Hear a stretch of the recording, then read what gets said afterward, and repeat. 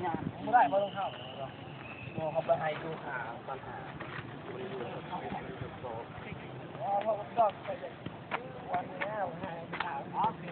มีคนนึงเช่นไปเอาโคโดบ้านเดี๋ยวมึงมา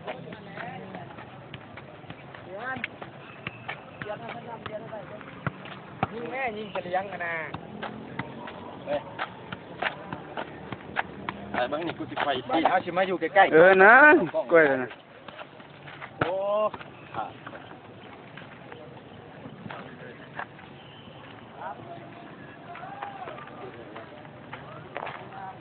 เปลี่ยนนะ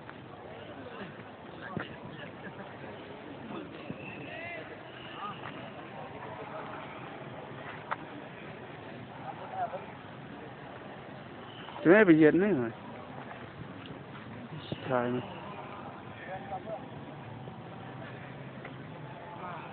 ใส่เบคอนน้ำนะเดินบ่มาเห็นเลย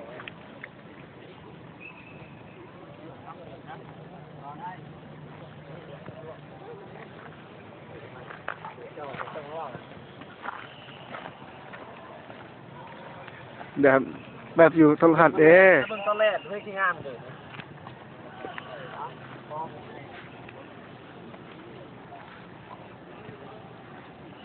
ภาพนั้นนะแม่ถ่ายกันไม่ใช่ที่พันจะไหวแล้วมันจะบ่ได้มันบ่แจ่มนะก็เป็นใครบ้างเฮ้ยโยแมนแล้วเห็นไหมมาเห็นก้อนกันยังตีเลยก็ได้เลยเดี๋ยวได้เป็นสองแถวแม่แถวสองขอแถวเป็นครูแถวใจ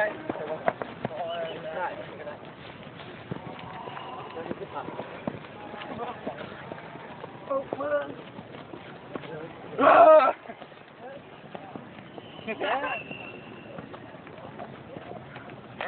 บ้านตักอยู่ไงเฮ้ยเรามาถ่ายเอาเกิดกูเลยเด้อโอ้เล่นถ่ายเยอะก็ถ่ายเอาไปหาเนี่ยมึงอะไรต้องเล่นถ่ายเอาเกิดกูได้โอ้บ่ได้เสียเปรียบด้วยเว้ยถ่ายก็กูแหลดดับใส่กูสิบอกใครแบ่งดีใจนี่เนี่ยใครดูโอ้นะพันจะเข้ามาแหงเงี้ยนี่นะถูกมันนะออกนี่นะพันนี่นะละพันเอาวิดีโอมานี่แหละอ้าวนี่มึงจับต่อนี่ตั้งหลักเลยออกเล่นออกก็พวกนี้ละพันโอ้ยเฮ้ยสิว่ามึงนำเอา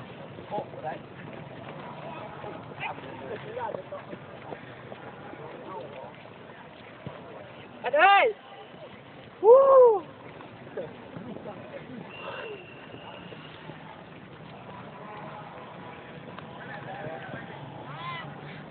เมื่อยเด้อถือเกาะก็เมื่อยได้นี่นะ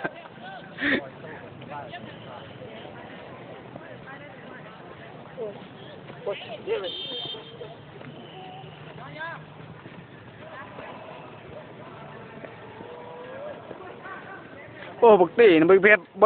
ใบเห็นเป็นไดเด้อเว้นตาไม่ก้มลายบ่ได้ได้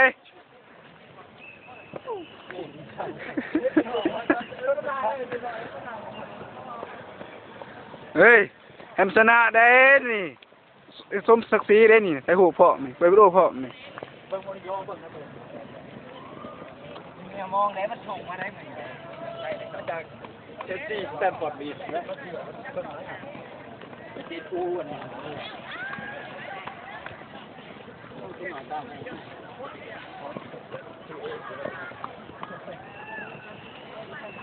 จะไปต่อกับแทนปีแทงหมด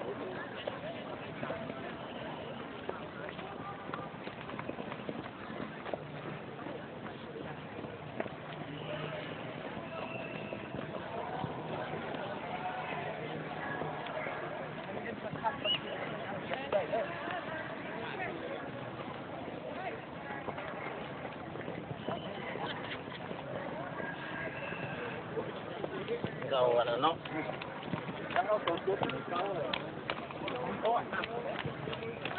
โอ้ย ครับผมเขารวบเขาเอิญเขามารวบ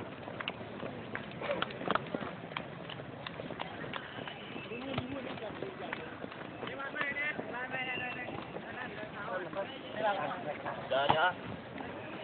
ท่าน ของเลย มาตีกันตี เลยนะมาตั้ง ต้องขึ้นหน่อยนั่นเลยต้องขึ้นหน่อยนั่น ไปต่อ ห้อย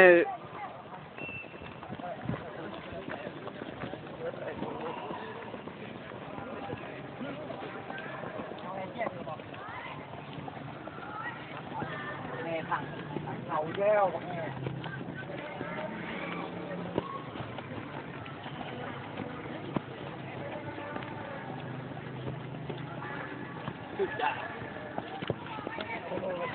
ไกลกันด้วย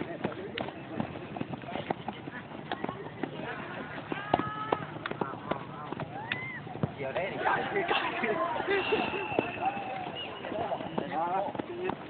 ขอไปพูดน้ำหนาเจ้เลย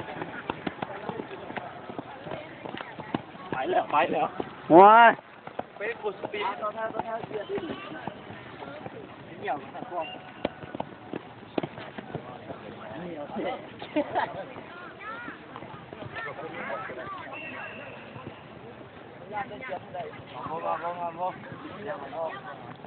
คนงามๆดีกว่าแบบนี้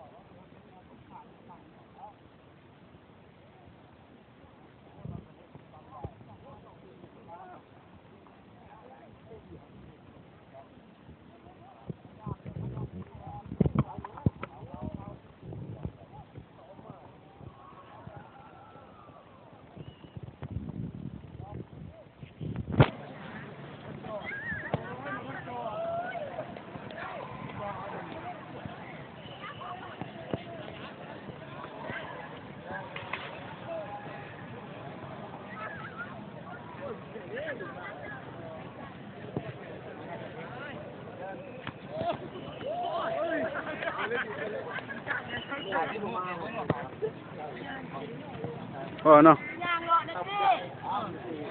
ดัดนี่ย่างเลาะมาหาหนาแต่ละคนมายืนกลาง ให้ถึงกลางเนาะ เขาจะต้องซื้อข้อน น้องนะครับเป็นยังไงนี่เอาพอดก่อนเอากระพอดก่อน ก็พอนะ เกียรติศักดิ์บัณฑิตท่านลืมแม่จิ้มอะไรไปเขาตีอย่างนี้ นี่กูจะจิ้งเดินติกูนี่นะเว้ย มันคอได้เด้อมันคอลบไปลบมาเอาแล้วอันนี้เอาไรบ้านโนนนี่ห้าวเด้อโนนนี่ห้าวห้องบ่ กำลังเหนื่อยเนาะ เมื่อยังเมื่อยันแดดบ่เคยตัดน้องหว่า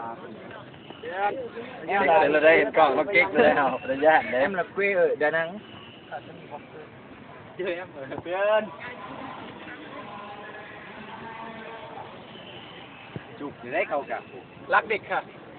อ๋อเลิกงาม รักเมียครับอ้าวเฮ็ดแล้ว